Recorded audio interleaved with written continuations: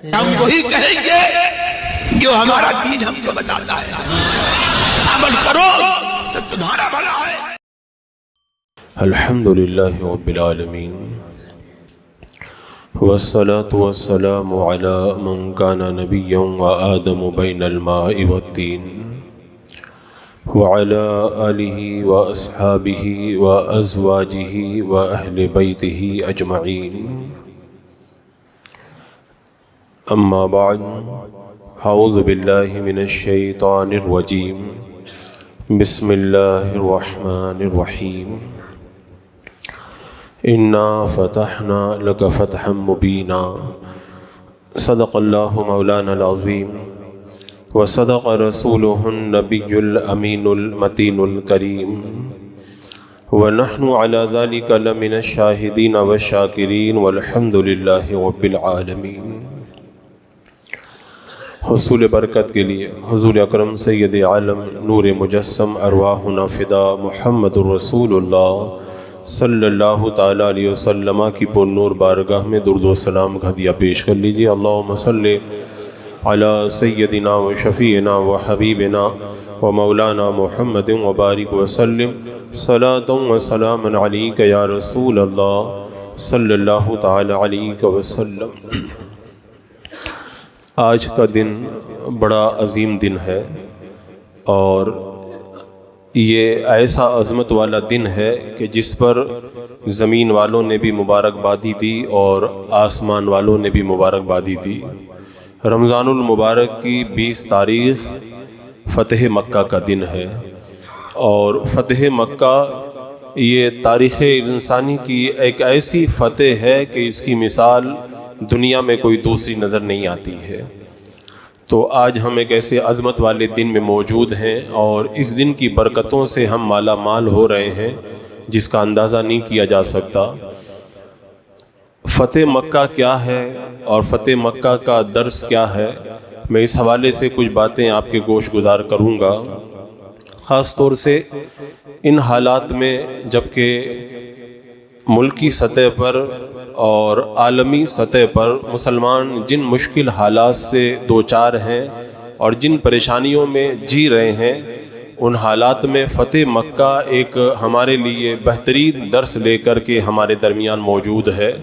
حضرات مکرم، فتح مکہ میں میرے آقا صلی اللہ تعالیٰ علیہ وسلم ایک بڑے عظیم لشکر کے ساتھ مکہ میں داخل ہوئے، لیکن یہ مکہ ایسے ہی نہیں فتح ہو گیا، اس کے پیچھے پوری ایک مکمل تاریخ ہے، پوری مکمل ایک اس کی ہسٹری ہے۔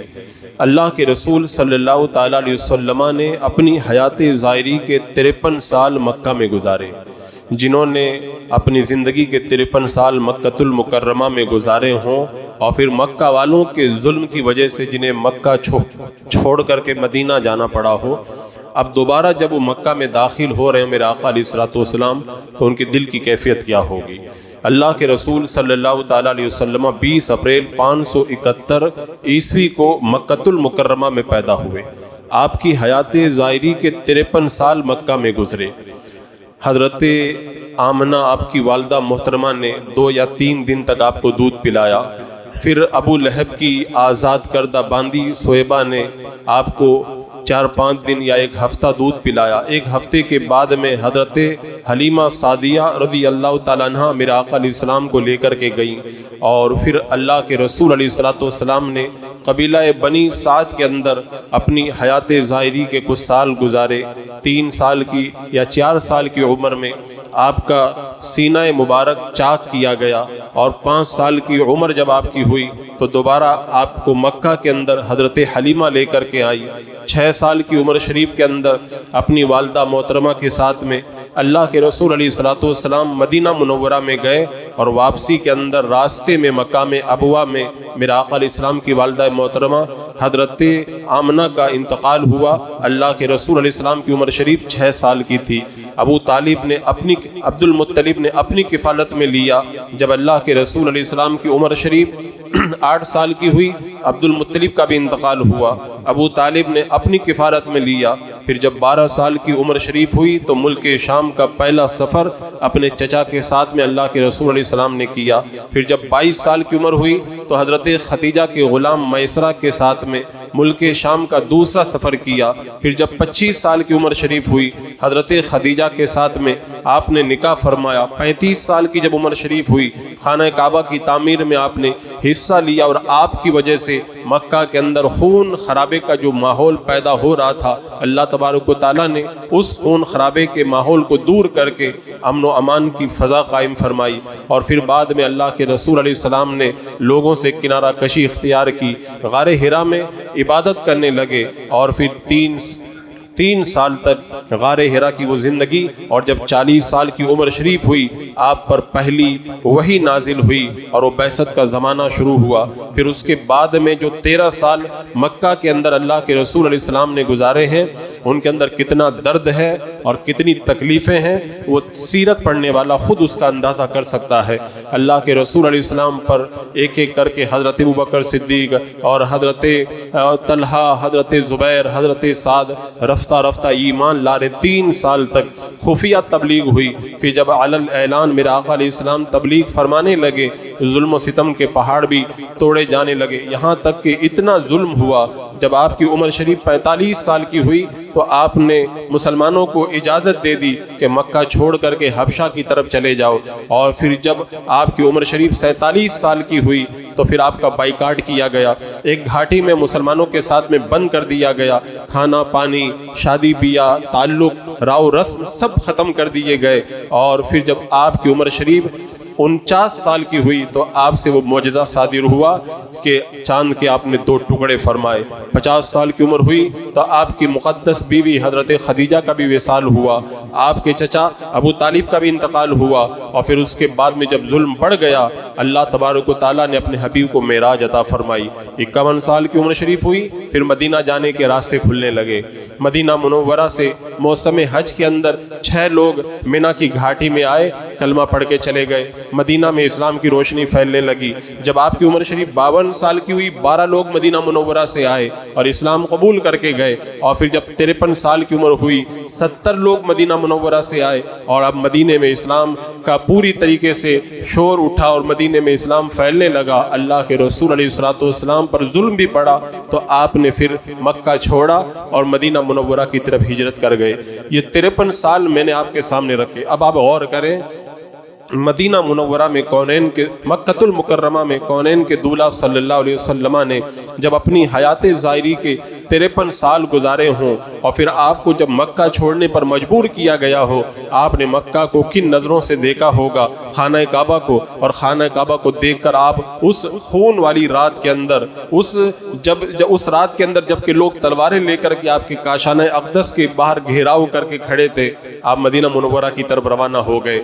پھر 6 سال کے اندر کیا کیا ہوا، بدر بھی ہوا، احد بھی ہوا، وہ رجی والا وہ ایک حادثہ بھی پیش آیا، اور کتنے صحابہ کی شہادت کے واقعات پیش آئے۔ پھر جب آپ نے 6 سال گزارے تو پھر عمرہ کے ارادے سے مکۃ المکرمہ کی طرف آپ آئے تھے۔ یہ جو 6 سال کے 6 ہجری کے اندر جو یہ واقعہ پیش آیا تھا صلح حدیبیہ کا، اصل میں فتح مکہ کی بنیاد یہی واقعہ بنا تھا۔ 1400 صحابہ کے ساتھ میں جب آپ مکہ کے قریب پہنچے، مکہ والوں نے راستہ روک لیا کہ عمرہ نہیں کرنے دیا جائے گا، اور پھر اس کے بعد میں صلح ہوئی تھی۔ صلح یہ ہوئی تھی 10 سال تک آپس کے اندر کوئی جنگ نہیں ہوگی۔ اس سال مسلمان عمرہ نہیں کریں گے، چلے جائیں گے، آئندہ سال آئیں گے، 3 دن مکہ میں رہیں گے، اور 3 دن کے بعد میں مکہ خالی کر دیں گے۔ اور صلح میں یہ بھی لکھا گیا تھا اگر مکے سے کوئی بھاگ کے مدینہ جائے گا تو مدینے والے واپس اسے مکہ میں بھیج دیں گے، اور اگر کوئی مدینے سے بھاگ کے مکہ آئے گا مکہ والے انہیں واپس نہیں کریں گے۔ یعنی اس طرح کی کڑی شرطوں کے اوپر یہ صلح ہوئی۔ اور یہ صلح کیسی تھی؟ حضرت سیدنا عمر فاروق رضی اللہ تعالیٰ عنہ نے جب اس صلح کو دیکھا نا تو وہ بھی تڑپ گئے۔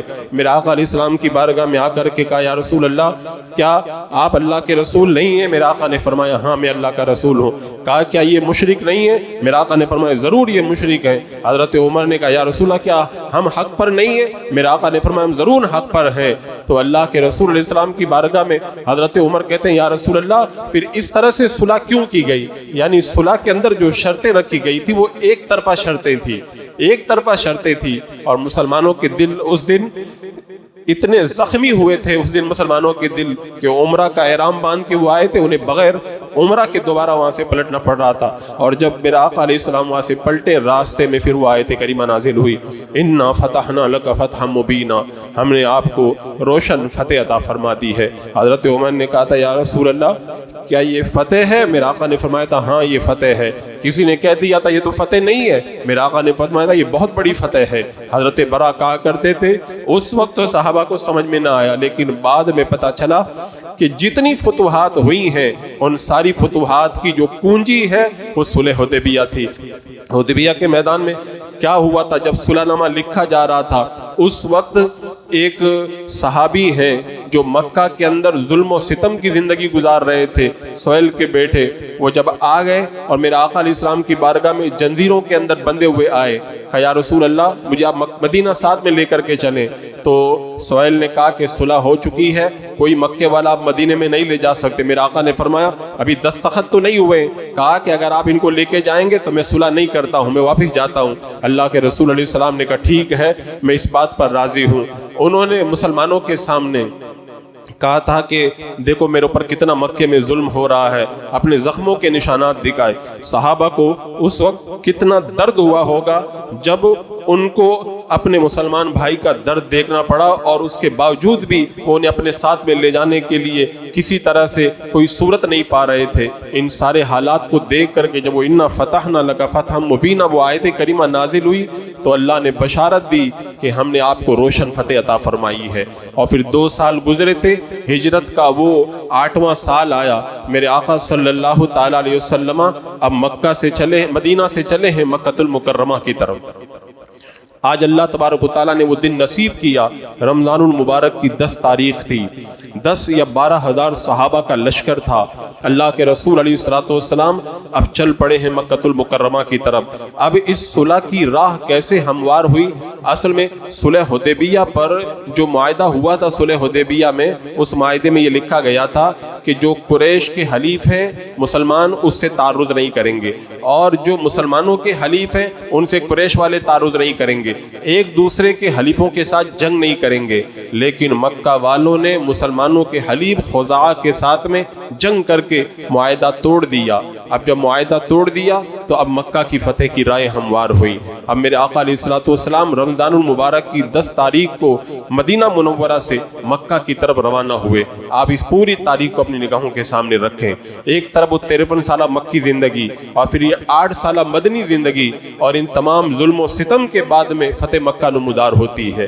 آج جو حالات مسلمانوں کے ساتھ میں ہیں ان حالات میں یہ فتح مکہ کا یہ جو پہلو ہے اسے خوب اچھے انداز میں آپ کے سامنے رکھنا چاہتا ہوں۔ جب رات ہوتی ہے تبھی صبح نمودار ہوتی ہے، رات ہونے کے بعد ہی اجالا پھیلا کرتا ہے، مشکلات سے نکل کر کے فتح کی راہیں نکلا کرتی ہیں۔ پہلے آزمایا جاتا ہے، آزمایا جاتا ہے، آزمائشوں کی بھٹیوں میں تپایا جاتا ہے۔ بندہ جب آزمائشوں کی بھٹیوں سے بالکل صاف ہو کر کے نکلتا ہے پھر اس کے سر پہ تاج رکھا جاتا ہے۔ آپ پورے اسلام کی تاریخ پڑھ لیں، میں کہتا ہوں اسلام کی تاریخ میں آپ کو ہر طرف مظلومیت ہی مظلومیت نظر آئے گی۔ جتنا اہل ایمان کو ستایا گیا، اگر میں ان تمام چیزوں کو بیان کروں تو وہ تو ایک مکمل ایک ہسٹری ہے۔ آپ اہل بیت کی تاریخ پڑھیں، انبیاء کی تاریخ پڑھیں، صحابہ کی تاریخ پڑھیں، ائمہ کرام کی تاریخ پڑھیں، اولیاء کرام کی زندگی پڑھیں، سب کی زندگیوں میں ظلم و ستم ہے۔ آپ اندازہ کر سکتے ہیں حضرت ابو بکر صدیق رضی اللہ تعالیٰ عنہ کے بارے میں میرے آقا علیہ السلام نے کیا فرمایا تھا؟ آسمان کا یہ سورج انبیاء کے بعد میں ابو بکر سے بہتر کسی انسان کے اوپر طلوع نہیں ہوا ہے۔ ابو بکر تم کو قیامت کے دن جنت کے سارے دروازوں سے بلایا جائے گا۔ حضرت ابو بکر کو میرے آقا علیہ السلام نے کتنی فضیلت عطا فرمائی، اس کے باوجود بھی جب سیدنا ابو بکر صدیق کھڑے ہوئے ہیں خانہ کعبہ میں اسلام کی دعوت دے رہے ہیں، اتنا مارا گیا کہ لگتا تھا کہ اب ان کی روح قبض ہو گئی ہے، پورا چہرہ سوج گیا، بدن کے بال تک اکھڑ گئے، اور اٹھا کر کے جب لے جایا گیا لوگوں کو امید ہی نہیں تھی کہ اب یہ بچ پائیں گے۔ اتنا ظلم ہو رہا کس پر؟ اس پر جو انبیاء کے بعد میں سب سے افضل ہے۔ ہم لوگ تو افضل البشر نہیں ہے نا، ہم لوگ تو گنہگار ہیں۔ ہم گنہگاروں پہ اگر ظلم ہوتا ہے تو کیا ہوتا؟ افضل البشر بعد الانبیاء بالتحقیق جو ذات ہے ان پر ایسا ظلم ہو رہا ہے۔ حضرت سیدنا عمر فاروق رضی اللہ تعالیٰ عنہ جن کے بارے میں فرمایا گیا کہ اگر میرے بعد میں کوئی نبی ہوتا تو عمر نبی ہوتے، اور کہا عمر جس راستے سے تم گزر جاتے ہو شیطان کی مجال نہیں ہے اس راستے سے گزر سکے۔ ان کا یہ حال ہے کہ مسجد نبوی کے اندر، مسجد نبوی میں مصلی رسول پہ جب کھڑے ہیں تو ظالم ابو لؤلؤ فیروز آ کر کے خنجر کے 3 وار کرتا ہے، اور پھر وہ زخم ہوتے ہیں، 3 دن تک زخم بہتے ہیں، اور پھر دنیا سے آپ شہادت کا جام پی کر کے تشریف لے جاتے ہیں۔ حضرت عثمان غنی جن کو میرے آقا صلی اللہ تعالیٰ علیہ وسلم نے اپنی 2 بیٹیاں نکاح میں عطا فرمائی، اور کہا اگر میری 40 بیٹیاں ہوتی میں ایک کے بعد ایک سب عثمان کے نکاح میں دے دیتا۔ وہ حضرت عثمان غنی جن کو میرے آقا نے فرمایا یہ جنت میں میرے رفیق ہیں، اور حال یہ ہے ظلم اتنا ہوا ہے کہ 40 دن تک مکان کے اندر بند کر دیا گیا ہے، پانی تک لے جانے کی اجازت نہیں ہے، مسجد نبوی کے اندر نماز کے لیے جانے کی بھی اجازت نہیں ہے، اور 40 دن تک اس طرح پانی اور پوری طریقے سے پابندیوں کے درمیان رکھ کر کے جب قرآن مقدس کی تلاوت کر رہے تھے، قرآن کی تلاوت کرتے کرتے آپ کو شہید کر دیا جاتا ہے۔ اپنے زمانے کے غوث اعظم حضرت ابو بکر صدیق، پھر حضرت عمر فاروق، پھر عثمان غنی، اور پھر حضرت مولا علی جن کے فضائل کا کیا کہنا، من کنت مولا فعلی مولا، میں جس کا مولا ہوں علی بھی اس کے مولا ہے۔ اللہ کے رسول علیہ السلام نے اپنی پیاری بیٹی حضرت فاطمہ جن کے نکاح میں دی، فجر کی اذان ہوئی ہے، مسجد کی طرف جا رہے ہیں، راستے میں ابن ملجم ایسا وار کرتا ہے کہ پورا آپ کا دماغ تک کا حصہ چر کر کے رہ جاتا ہے، اور پوری داڑھی مبارک خون کے اندر لت پت ہو جاتی ہے۔ ان مقدس ہستیوں کے ساتھ میں جب ایسے مظالم ہوئے جو ان کی ایک ایک کی سیرت کو اگر بیان کیا جائے نا تو زندگیاں ہماری ختم ہو جائیں۔ ہمارا تو کیا حال، ہم تو گناہوں میں ڈوبے ہوئے گنہگار لوگ ہیں۔ وہ ایسی عظمت والی ہستیاں سیدنا امام اعظم ابو حنیفہ، لاکھوں کروڑوں لوگ جن کی تقلید کریں، علماء اور بڑے بڑے پائے کے اولیاء کرام جن کے قدموں میں بیٹھنا اپنے لیے باعث فخر سمجھیں، ان پر کتنا ظلم ہوا، کوڑے مارے گئے، بے ہوش ہو جاتے تھے، اور پھر اس کے بعد میں جیل کے اندر ڈالا گیا، اتنا ظلم ہوا، اور اخیر کے اندر زہر کا پیالہ پلایا گیا، سجدے کی حالت کے اندر آپ کا وصال ہوتا ہے۔ امام مالک رحمۃ اللہ تعالیٰ علیہ کو اتنے کوڑے مارے جاتے، وہ امام مالک اللہ اکبر جن کی عظمتوں پر گھنٹوں تقریریں کی جائیں تو کم ہے، انہیں کوڑے مارے جاتے، بے ہوش ہو جاتے، اور پھر چہرے کی داڑھی بھی مونڈ دی گئی، سر کے بال بھی مونڈ دیے گئے، اور پھر سواری پر بٹھا کر کے پورے مکہ مدینہ کے اندر گھمایا گیا، کا اعلان کرو کہ میں کون ہوں۔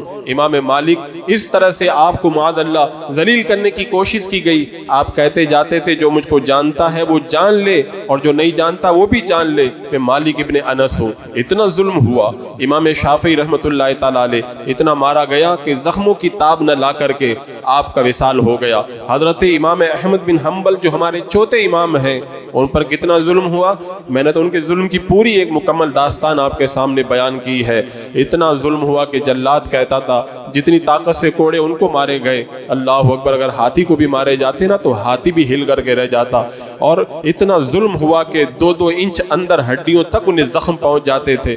یہ سارے مظالم ان ہستیوں پہ ہوئے کہ ان میں سے اگر ایک ہستی بھی آج کے دور میں موجود ہونا تو ساری دنیا ان کی طرف رجوع کرے، اللہ اکبر۔ حضرت امام ابو الحسن شاذلی رحمۃ اللہ تعالیٰ علیہ، ان پر جب اسکندریہ میں گئے تو مظالم کے پہاڑ توڑے گئے، اور پھر جب اسکندریہ کی طرف جانے لگے تو پتھر مار مار کے آپ کو اسکندریہ سے نکال دیا گیا، یہاں تک کہ روئے زمین پر رہنا دشوار ہو گیا، کئی سال تک دریا کے اندر کشتی کے اندر زندگی گزارتے رہے، در بدر اسی طرح آپ گھومتے رہے، آخر اللہ نے کرم کیا اور حزب البحر کا وظیفہ آپ کو عطا ہوا۔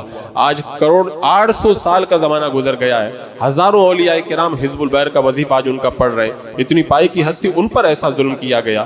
حضرت امام ابو بکر نابلسی رحمۃ اللہ تعالیٰ علیہ زندہ حالت میں آپ کی کھال کھچوا لی گئی، ایسے مظالم آپ کے اوپر ہوئے. محمد بن فضل رحمۃ اللہ تعالیٰ علیہ، اتنا ظلم ہوا، آپ کو ذلیل و رسوا کر کے شہروں میں گھمایا گیا اور پھر اخیر میں آپ کو بلخ سے نکال دیا گیا.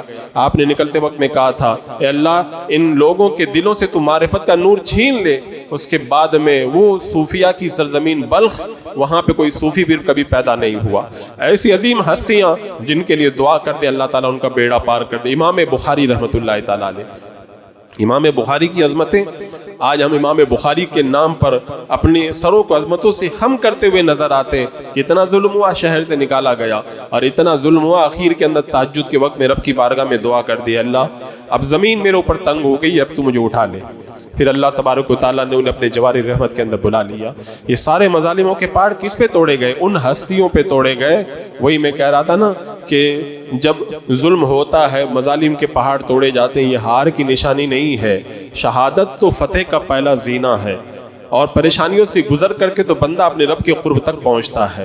ہاں فرق صرف اتنا ہے، عوام پہ جو پریشانی آتی ہے گناہوں کی سزا بن کے آتی ہے، اور خاص لوگوں پہ جو پریشانی آتی ہے ان کے درجات کو بلند کرنے کے لیے آیا کرتی ہے. دونوں کے اندر بڑا فرق ہے. تو آج کے دن جو مکہ کی فتح کا عظیم دن ہماری نگاہوں کے سامنے موجود ہے، یہ فتح مکہ ایسے ہی نہیں حاصل ہو گئی. اس فتح مکہ کے پیچھے پوری قربانیوں کا ایک مکمل سلسلہ ہے. صحابہ کرام پر توڑے جانے والے مظالم کی ایک نہ شمار ہونے والی ایک قطار نظر آتی ہے. میرے آقا صلی اللہ تعالیٰ علیہ وسلم رمضان المبارک کی 10 تاریخ کو مدینہ منورہ سے چل کر کے مکہ کی طرف بڑھ رہے ہیں، اور پھر حضرت خالد بن ولید کو آدھا لشکر میرے آقا علیہ السلام نے دیا اور آدھا آپ کے پاس میں رہا. حضرت خالد بن ولید دوسرے راستے سے مکے میں داخل ہوئے.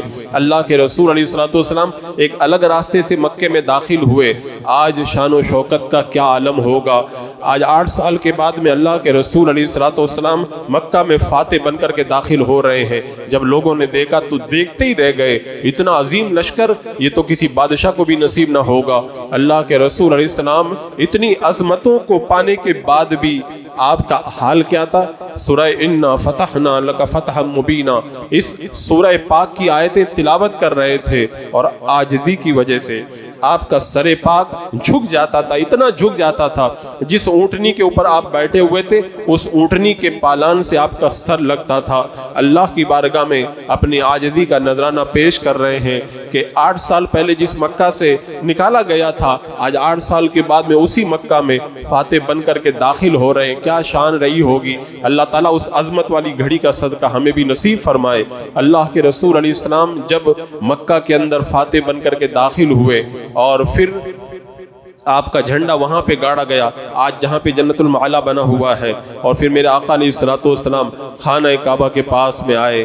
آپ نے حجر اسود کا بوسہ لیا، خانہ کعبہ کا طواف کیا، اور حضرت عثمان سے کہا کہ چابی لے کے آؤ.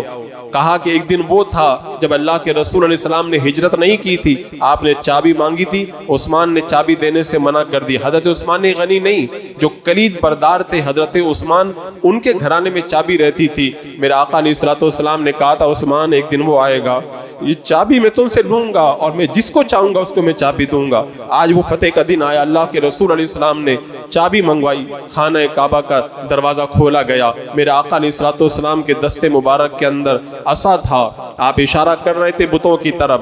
ایک وقت وہ تھا جب اللہ کے رسول علیہ السلام مکہ میں پیدا ہوئے تھے تو بت اوندے گر گئے تھے. 360 بت نصب کیے گئے تھے.